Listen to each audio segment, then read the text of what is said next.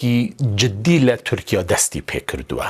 یعنی ئێمە لە ماوەی ڕابردوودا چەندین دیدارمان لە ئەنقەرە لەسەر ئەم مەسەلەیەش کردووە و ئەم پرۆسەیە بەڕەئی ئێمە و بە بووچوونی ئێمە پرۆسەیەکی جددیە کە خێری هەیە هەم بۆ تورک هەم بۆ کورد و بۆ هەموو ئەو پێکاتانەی کە لە ناو تورکیا دەژین.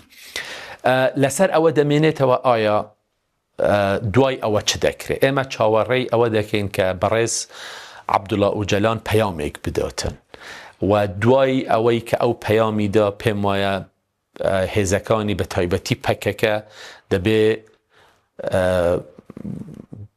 پێشوازی لەو پەیامەی بەڕێز ئۆجەلان بکەن و چونکە من پێم وایە لەوەدا لە پێشوازیکردن لە پەیامی بەڕێز ئۆجەلان ئەو مەسەلەیە خێری کوردی تێدایە و پرۆسەکە وازەحە. پەکەکە پێویستە چەکدا بنێت نەک بە معنای ئەوەی تەسلیمە، نەمە بەعنایەوە تەسلیم نییە، بەعنای ئەوەیە ئێستا لەم کاتەدا مەسئلەی چەکداری و هێزی چەکدار هیچ مشکلەیەکی کورد لە تورکیا چارەسەر ناکە.